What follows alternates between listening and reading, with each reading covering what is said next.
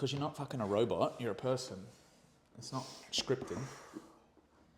Alrighty guys, we have Dan here today, Coach Dan. He is going to be here for this episode, but then magically for every other episode because he's a legend. So yeah, we're going to go over just a little bit about his journey. He knows a fuck ton about habits, and me and him, we always have conversations that are literally elite, and this is actually why we started this podcast, because there's so much value in our conversations that I think a lot of people are going to have. They're going to get knowledge and they're going to get value from our conversations. So yeah, where the fuck do you start? We go back to no, I'm just kidding. So firstly, I'm a personal trainer. I got into going to the gym at about age 15 or 16 with the intention to kind of get better at sport, but also to help build my self-esteem. So at about 15, 16, I started going to the gym. I got some help. My dad set me up with a trainer and stuff like that, and that started to help me out. So as time goes on, I realized that the gym is I started to enjoy it better than my sport, and the progression and how it made me feel was kind of like a thing that I wanted to always come back to. And then, so post high school, I did my qualifications, which is just a couple of certificates. Didn't immediately enter the industry until a few years later, whilst I was getting my undergraduate degree in exercise and sports science. Yeah, I didn't feel like I had enough experience or understanding of how to do things. And you're 20 years old, how can you connect with people who are 40 or 50, and now I realize you can, but I just wasn't there yet personally at that age. So then I do my degree, and then during my degree I did a couple units which were surrounding psychology, and I thought, geez, like this is the most valuable stuff out of all of the physiology, anatomy, anything like this, exercise selection, strength and conditioning. Like the psychology of a human in the general population is where most of my time is spent, is like helping people get themselves to do things, change behavior, and get that sort of mentality about them. So whilst I'm doing my degree, I start off as a personal trainer, really inexperienced, and yeah, looking back on my time now, yeah, my service wasn't great, but how do you know when you're first there?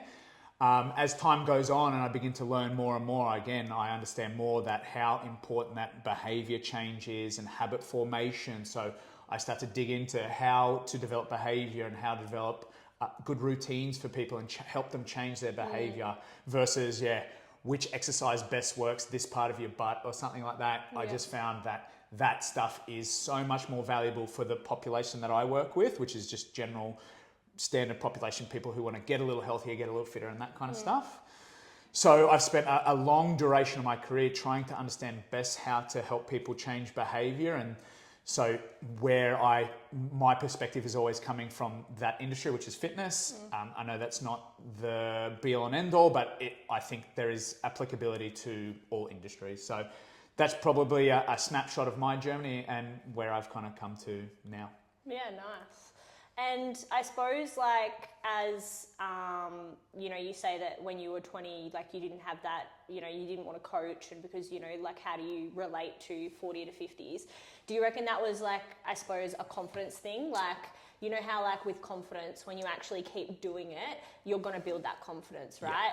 Do you think that was a confidence thing? You didn't have that experience, blah, blah, blah. Thinking back probably, which is how can I tell someone who's 50 years old how to do something when they've been living with themselves for 50 years and I've known them for a couple of minutes? Yeah.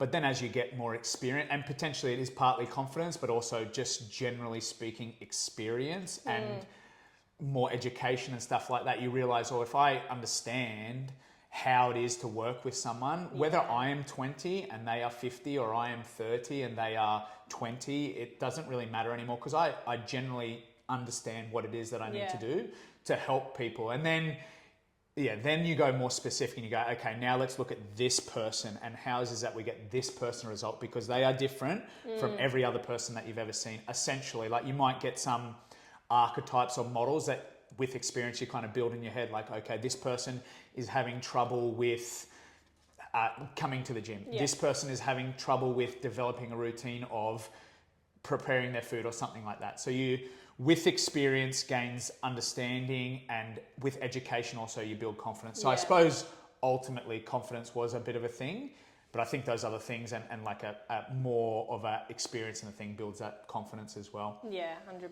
Because I know so many trainers that sadly copy and paste programs. And I think that's not the fucking way to go, right? Because like you said, everyone is actually different. So how I squat is going to be completely different to how someone else's squat. Yeah. How I get to the gym is going to be completely different to how someone else goes to the gym, right? Yeah. Beginners and advanced people, or even middle range, like they're all going to be different, right? Yes.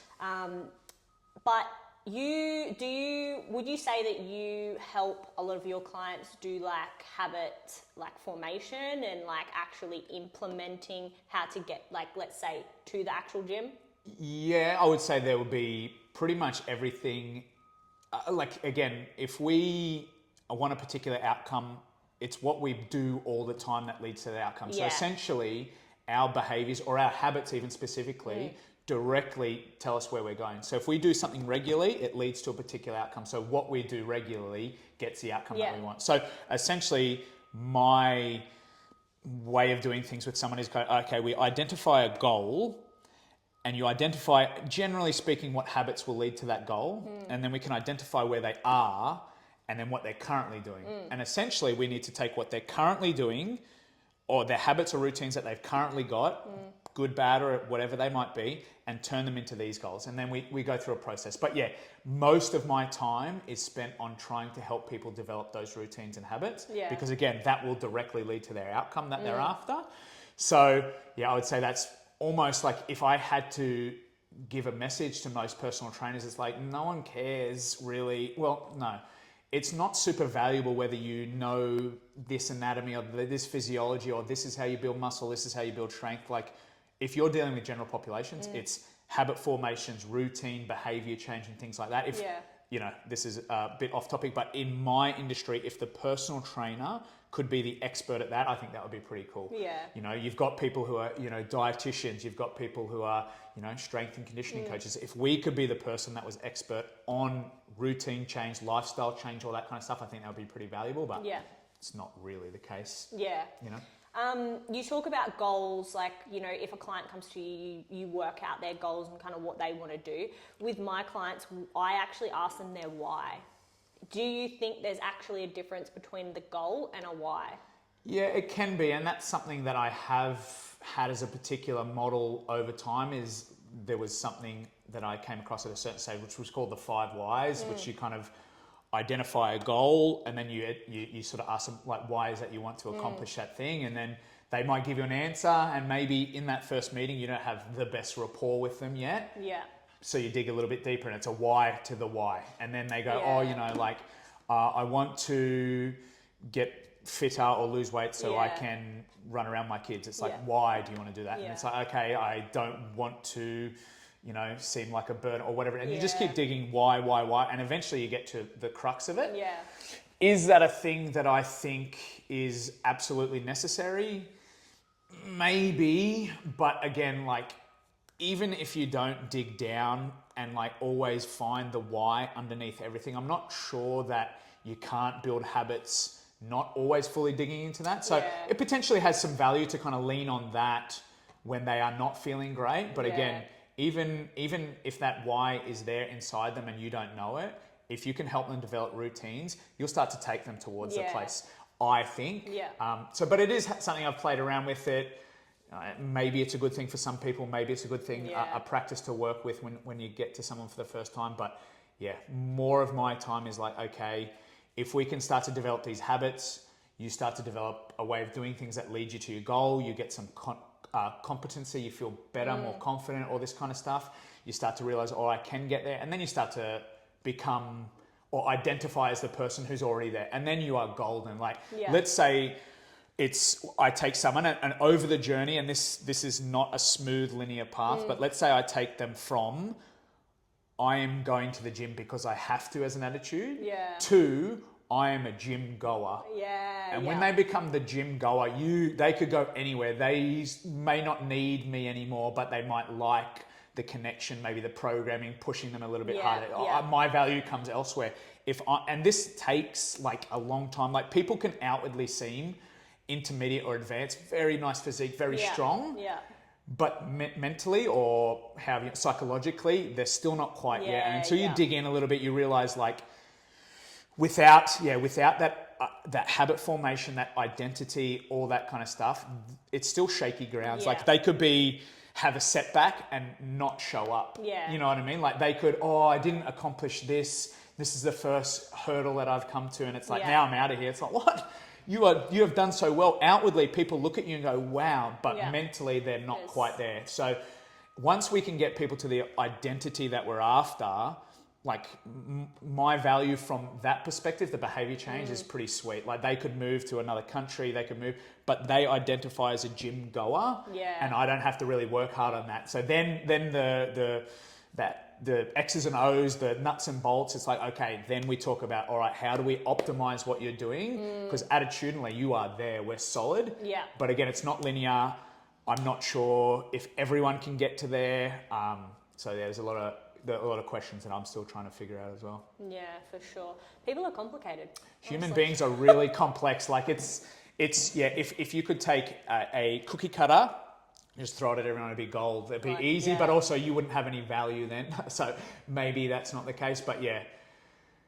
So they're tough. People are tough. Yeah, I think it is pretty tough. And I suppose like when you haven't done it for so long, and especially new people, like in my experience, when I first started like in the gym, I was pretty disciplined in the gym, I will admit. Like outside of the gym, I was fucking stupid. Like I wouldn't do anything. I'd just be sitting fucking watching the TV. Yeah. The only thing I was consistent with was training. But again, like you've known me for what, like 2 fucking years and probably more, I don't know.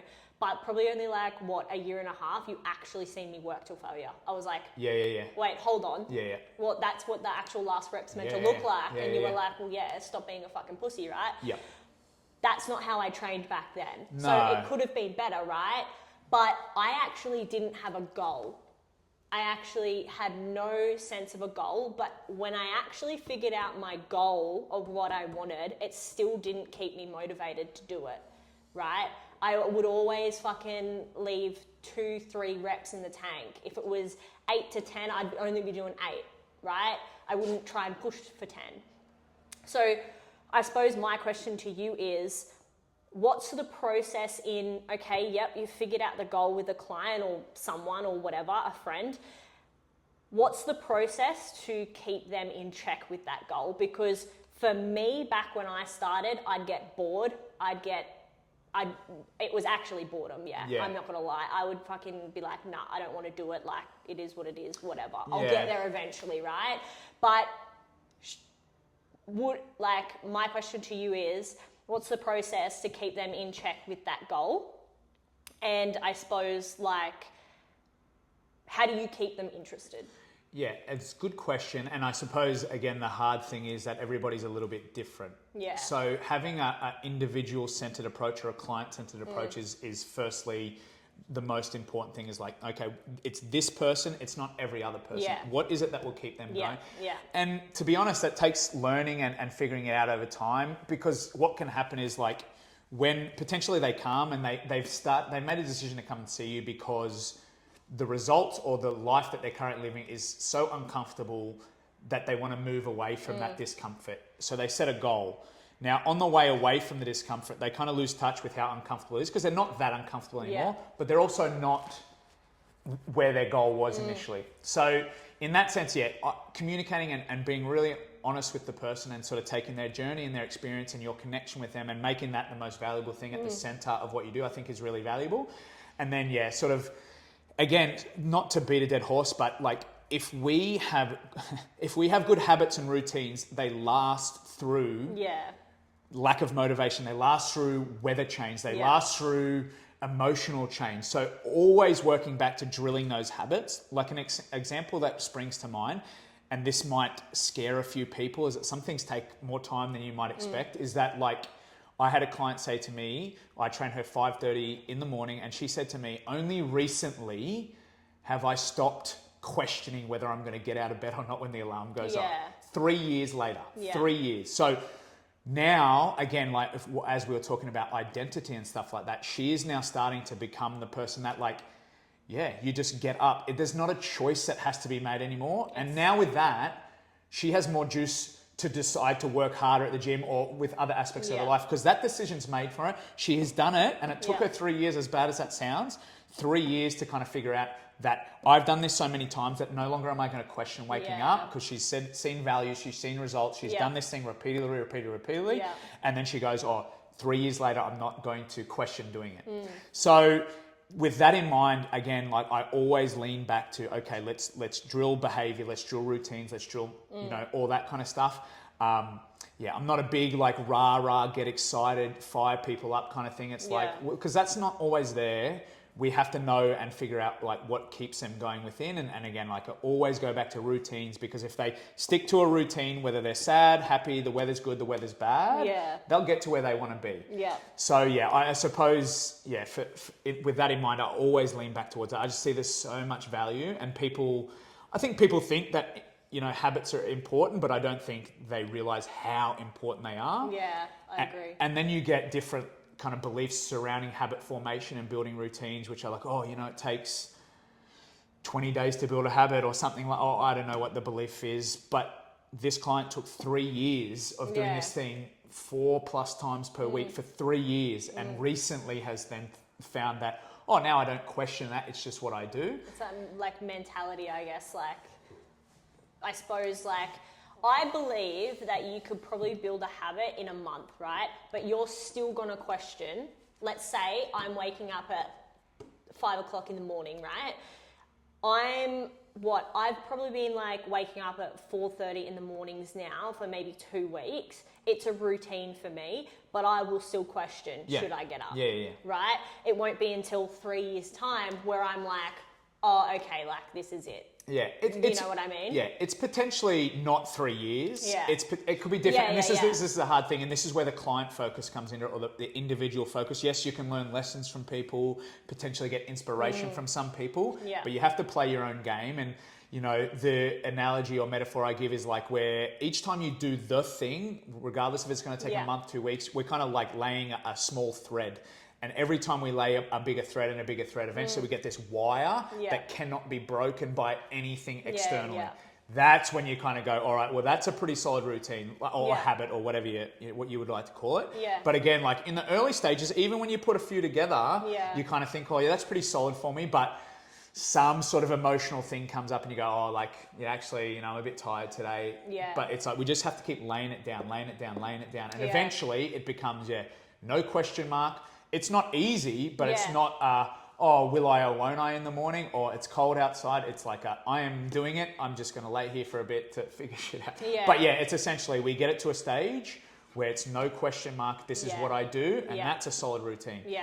So I suppose to kind of circle back to the question is like, you take the person, they have moved away from potentially feeling really bad about themselves, and we've kind of gotten away from there, which is great. They feel a little bit better, but we're also nowhere near where they want to be. We're on the path for sure, and we're ahead of it, and maybe reminding them of that is like, all we have to do is keep going. You've done this, you're on the path, we just have to keep going there. But just leaning back on those, like it's to the behaviors that we're looking at, they're going to achieve that outcome. So that, I suppose that answers your question, and it beats a dead horse, but it's always leaning back for me. Is not leaning on motivation, inspiration, me getting excited for them and giving a big, smack on the butt, like, let's go, you can do this. Because I just think that extrinsic excitement, maybe it makes a small difference and it rolls them up, but like ultimately this problem will persist the next time this comes up, unless we kind of develop a routine that is unbreakable. We lay down enough threads that they never not do that thing, because they've just done it so many times and it's just what they do, Yeah. I agree, and I think something that like would keep me going, I guess, with like any goal, right, is, well, personally for me, and it's worked for a couple of like my one-on-one clients, is always tracking back to the why. Not necessarily a goal. It's probably a goal in the exercise world, I guess. But to the why. Like, what is your why? Why do you want to integrate this habit? Okay, why do you want to get rid of this shit habit? Okay, why? What is the fucking why? And what gets me up at 4:30 in the fucking morning is, well, I work part-time, I want to do this business, I want to do this podcast, I want to do all of this. I need to get up extra early, go for my fucking walk that is my routine that I will never not do in the morning. And then I get in front of my laptop and do my fucking work because I always track back to my why. What's my why? Okay, well, I want fucking freedom. Yeah. I don't want to have to work part-time. I want to be able to do this business full-time, and that's the only way I'm going to do it, right? Yep. Because if I'm working from 10 till 7 throughout the day in my part-time work, what other hours do I have, right? So I always track back to my why, and that helps my clients as well, reverting back to that why of, oh, okay, I'm fucking tired. Oh, well. Like, look at your why. Yeah. Right? Like, you always track back to, okay, well, that's the life I want. Done. I'll do it. Yeah. I'll do it tired And or whatever. they find that valuable. You think Yeah. that, yeah. So I think, like, as you've discussed, I think you're right. I think potentially always leaning on the why kind of reorientates.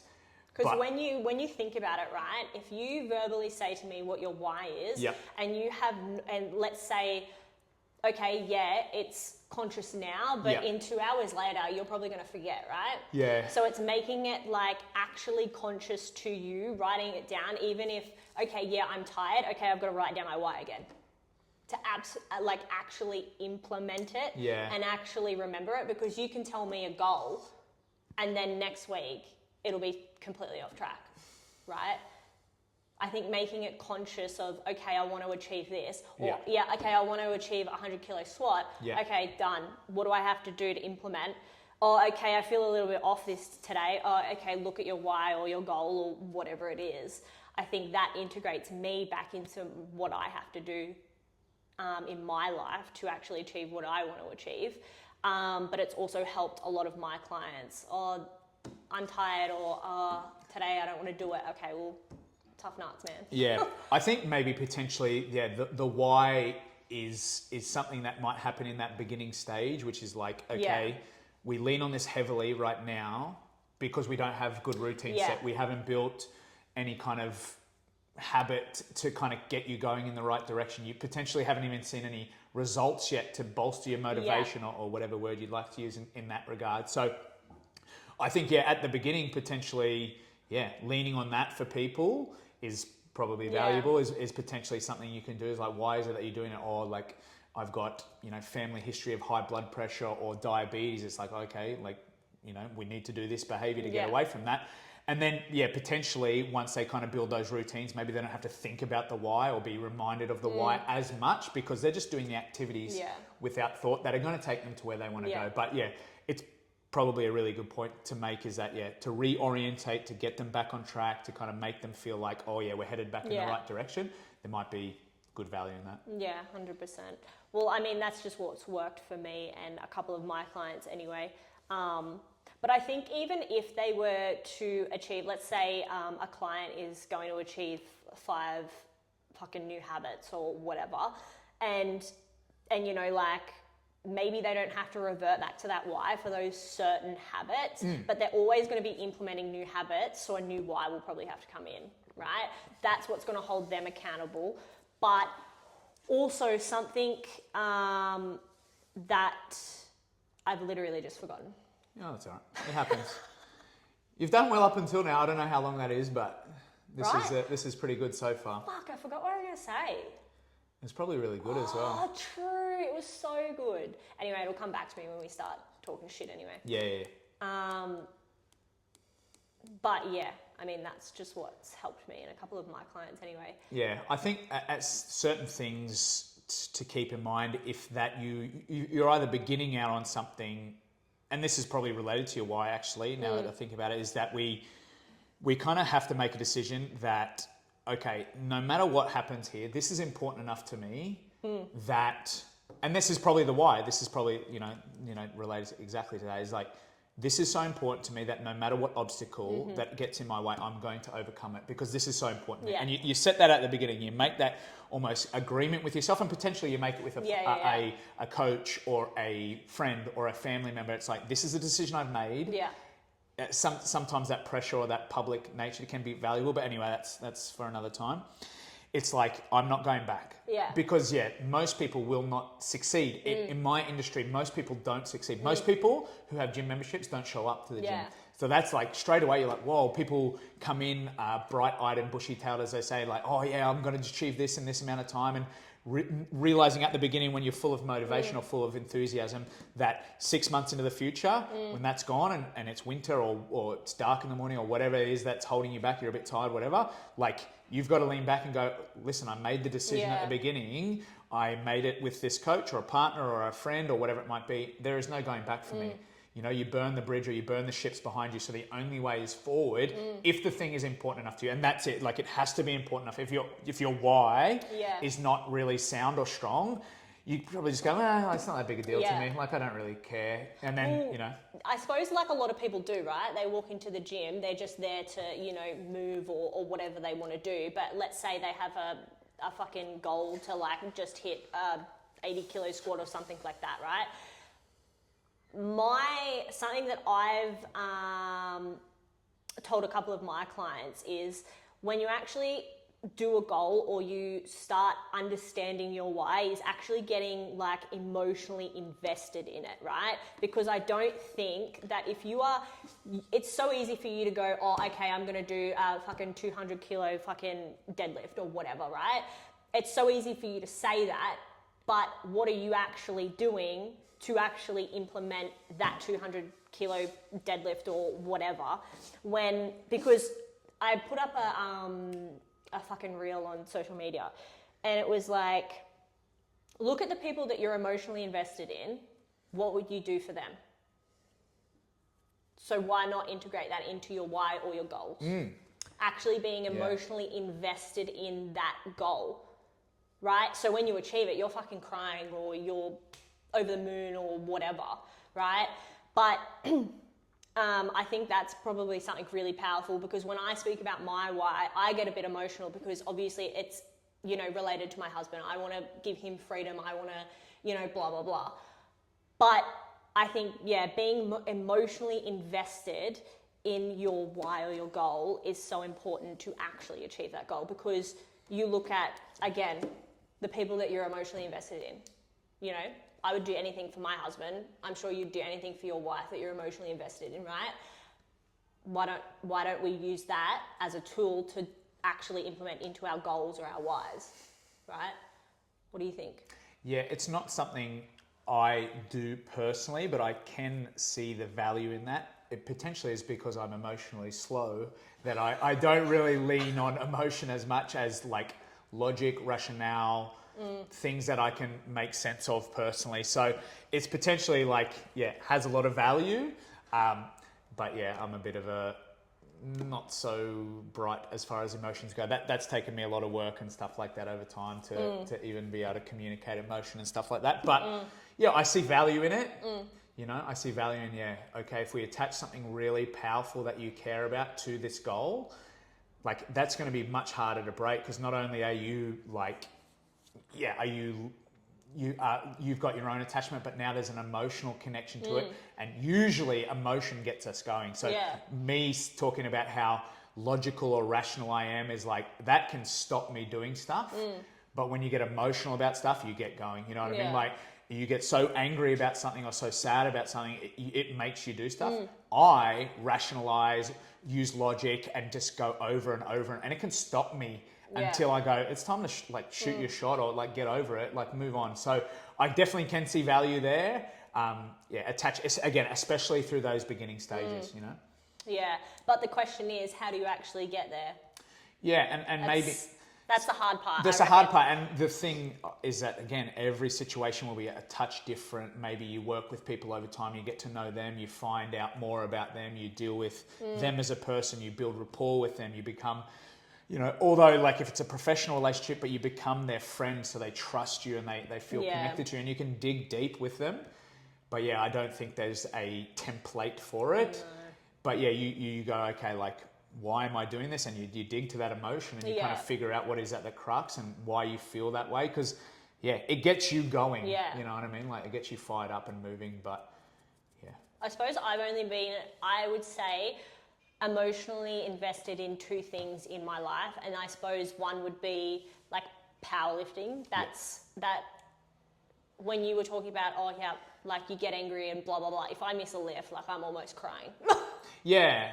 Like it sucks. Yeah, I used to get nervous and stuff like that because I cared so much. Yeah. And then also obviously my why for like my life and my business or whatever. But that was easy for me because I've actually found my purpose. Yeah. And there's so many people out there that don't know.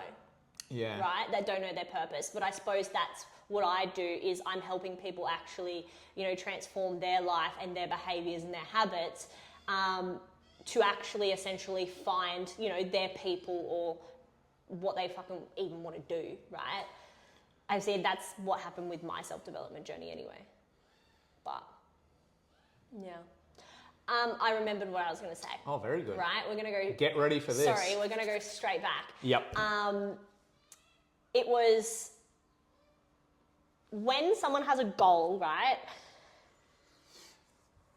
they're going to get bored. How do we stop them from getting bored, right? Something that came to mind when you were speaking about it that I obviously fucking forgot and now I've remembered is for me and again for a couple of clients is celebrating the small wins, but not me celebrating it for them. Telling them to actually sit in it. If they've come to me going, oh, I've made my fucking bed, and they never make their bed or whatever, I'd be like, just sit in that. Like, understand that. Yeah. Right? It's not as simple as, oh, you've just made your bed. Like, that's huge for you to even want to make your bed, right? So I'm just like, sit in that. Understand it. Understand, okay, you've just done that.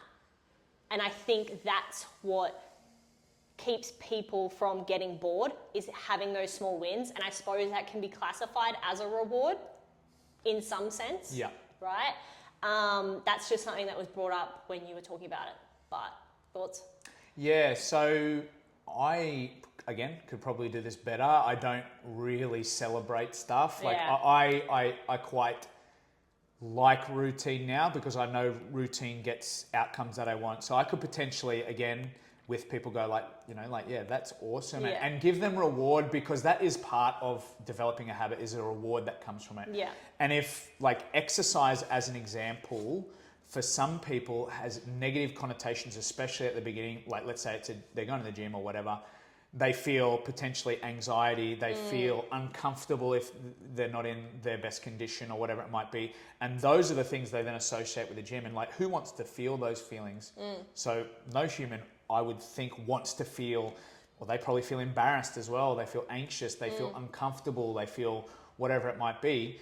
We tend to avoid those things because they don't feel good. Yeah. So if we can make behaviors start to feel good for them, that could essentially, again, feed that habit loop and get them going on that particular thing. Because again, if we dig really deep, like why that is rewarding to you is from a chemical level. Like you're getting rewards, feeling good. And you know what feels good? Like eating sugary food, sitting on the couch is comfortable, zoning out to watching a TV show, whatever it might be, sleeping in, being warm, being comfortable. Those feel good. So they're really easy to develop. Yeah. Now, some of the habits that I need to work on people with often don't feel good at the beginning. So potentially that could be a strategy is like, yeah, well done. Like you got here, that you must be really proud of yourself and sort of like let them kind of feel that. I think that makes a lot of sense. And then that just feeds into that loop and helps them kind of develop that habit and feel good about it. Because at a lot of stages, like even after dealing with people for a while and they come and see me at a gym, they still feel anxious coming to the gym on their own. So that becomes like still a big barrier in some circumstance. So I think that is a good method for helping them develop those routines and stuff like that. Give them reward, give their brain something to feed off of, like eating some chocolate does or whatever it might be. It's just a different realm. So I actually think that makes sense. Again, I don't do it very often, so this is probably a good conversation to have. Me personally, I never used to do it for myself because I'm, and a lot of my clients can preach this, and probably you, that I'm like, I suppose I'm a very hard ass in the aspect of like coaching. Like you tell me you're tired, I'll be like, boo-hoo, like get the fuck over it kind of Yeah. thing. But for me personally, I never did it for myself. But when I would try and achieve that goal, I would get so dysregulated with myself and so angry with myself that I wouldn't even see the 100 little fucking wins that I had just done, even though I've just failed that lift. Yeah. Right? And it's like, but you're 10 times stronger. You're just not fucking regulated right now. Like, shut up kind of thing. So me, in my journey, I've had to start implementing those small wins because you can get so caught up in, you know, doing all of this and then maybe failing at the end, and then you're just going to be fucking pissed because you didn't even see. You're like, my first reaction if I miss a lift or something, I'm like, fuck, I'm not strong enough. Like, fuck this. Yeah. You know? And it's been a year since I've hit that lift or whatever, right? My first reaction and my first thing that pops into my head is, oh, I haven't even progressed. Yeah. Right? But yet you've just gone 20 kilos up on your leg press, or you've just done fucking 20 kilos on your leg extension. Like, I never realized that I wasn't actually going, oh, okay, you need to actually sit in that and actually be like, you are stronger. And, and I think that's where this whole year has taken me in training and just mentally as well, like actually appreciating the wins, but also keeping my mouth shut about them. Yeah. I don't like telling people wins. That's just me. I like to keep shit to myself. It's for you. It doesn't have to. I think, if but you're... I also don't chase validation. That's right, because that's external, Yeah. right? If you're doing it for some sort of win or competition or a pat on the back or something like that, it's not intrinsic. It's not within you. Potentially that can be a good motivator, but like, what about if that goes away? Yeah. And people stop looking, or you stop getting a pat on the back and stuff like that. Will you continue to do that thing? That's exactly Your right. reward is gone for doing it. So potentially, your social media following being the outcome of what you're doing is not a very solid foundation. What's solid is what's within you, doing it for your own reasons. 100%. So that reminds me of in my sporting days, I might play a really good game or something like that, but do one thing wrong, and I would stew in that shit the whole weekend, and that would really make it not a very comfortable thing, and it was all about that one thing. But to your point, is something that I have been speaking to people about recently, is like, stop to smell the roses, or I don't feel good about this part of my body or this part and this part. But what about 2 years ago where you were and where you are now? Like, I think that, again, being a rational person, that can stop you being emotional about it and go, hey, it's not just how you feel today. You might feel like shit today, but you used to be here and now you are here. Now, even then, you can still want to improve that part of yourself. That is fine, or get stronger or whatever it might be. But at least you look at it without being like, I'm a piece of shit. Yeah. You can be rational and go, you know what? Like, I was like this. And I still want to be like this, and I'm not quite there yet, but at least I've come so far. And all I have to do now is keep going, because I will get there eventually. It's something that I need to do better myself, is stop and smell the roses, because you always want to be better. And I think there is value in always wanting to be better, but if it's at the expense of like your psychological well-being, thinking you're a piece of shit when you don't do the things that you kind of want to, I think that's potentially, again... where it gets dangerous, Shaky ground to be on is like, you're not looking at it rationally. You got emotional and you just decided to quit or something like that, you know? Because people who get emotional make decisions and do things, which is, again, what we were talking about before. So. Well, I mean, like, I think a couple of weeks ago, you seen me, I did deadlifts or something in the gym, and then I went to squat and my hip was playing up or something like that. Old Michaela, yes, I was a little fucking angry, and yes, I did say I want to throw the towel in. Yeah. But old Michaela would have been like crying fucking out the door. Like, she wouldn't have wanted to even finish like anything or do anything or whatever. I just obviously needed to regulate myself in that moment. Yeah. But old Michaela, like a year ago Michaela, like I remember walking into like a year ago comp, and I knew I was walking into it injured.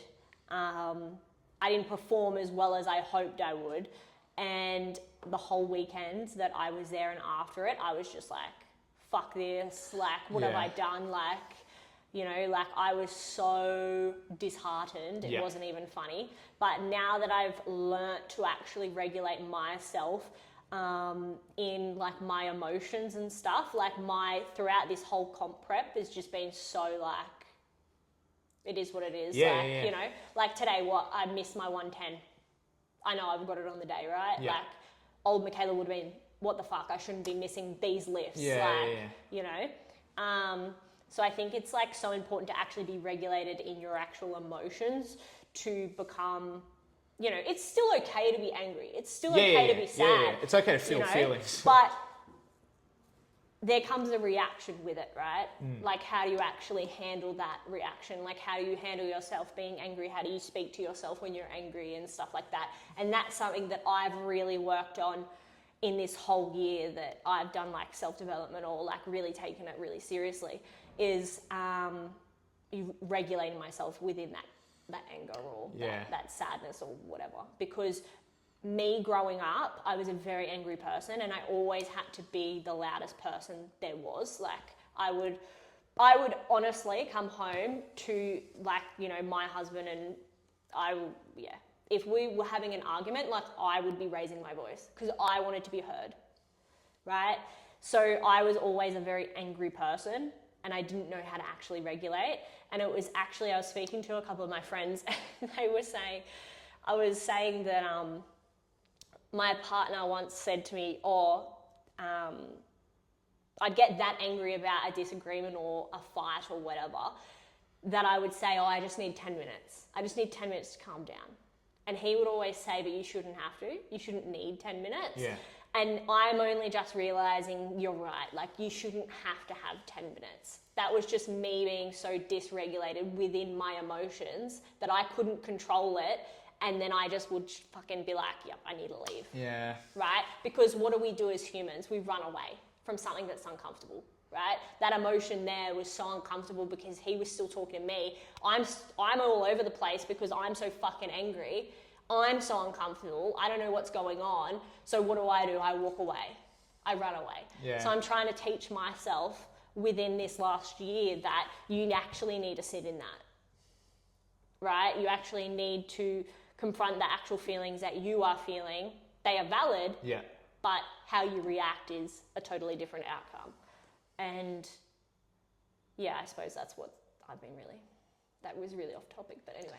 Yeah, a bit of a spiel, but I think a valuable one. Yeah, I think to wrap things up, I think it's like you need to get experience doing things to be able to then look back on the thing and go like, you know, just failure of performance, but like even your emotional status is like, you need to be and do that enough times to figure out the strategy to kind of get past that and stuff like that. Because if you do something once, like if you were a kid and you tried to do something once and you just gave up, you would never do that thing. Yeah. Same like people think emotions are just something we should know or understand. It's like we have to learn how to deal with our stuff. You know, you have to learn how to deal with failure. When you do things for long enough, you realize, there's going to be failure if you try hard and you want to do well. And it's like, well, I failed, but like we're still on the path. We just have to keep going, find another way, find another direction. I think there's like a massive process on like learning how to fail as well. I think that should be like spoken about. Obviously not now, but in another episode. But because we can say so easily that you're going to fail, but what is your reaction to the failure? Right? How are you going to spiral? Like, okay, do you go into like 3-day shame of like fucking treating yourself like shit mentally? Yeah. Right? Like, how do you actually react to that failing? Because everyone understands that, you're going to fail. Yeah.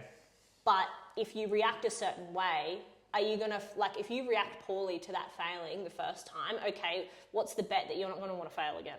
Yeah. Right? So, I don't know. Anyway. That's it, guys. That was a good chat. Oh, very good. That was very good, actually. Some value in that, I'd say. Yeah. You know, I just realised I got a dingly thing on and you took your dingly thing off, so... Oh, did it fall off? Oh, yes, fell off. Now I look like a schmuck with a big fluffy thing in my face. It's gone. I don't know where it is. Okay, peace out, guys. Oh.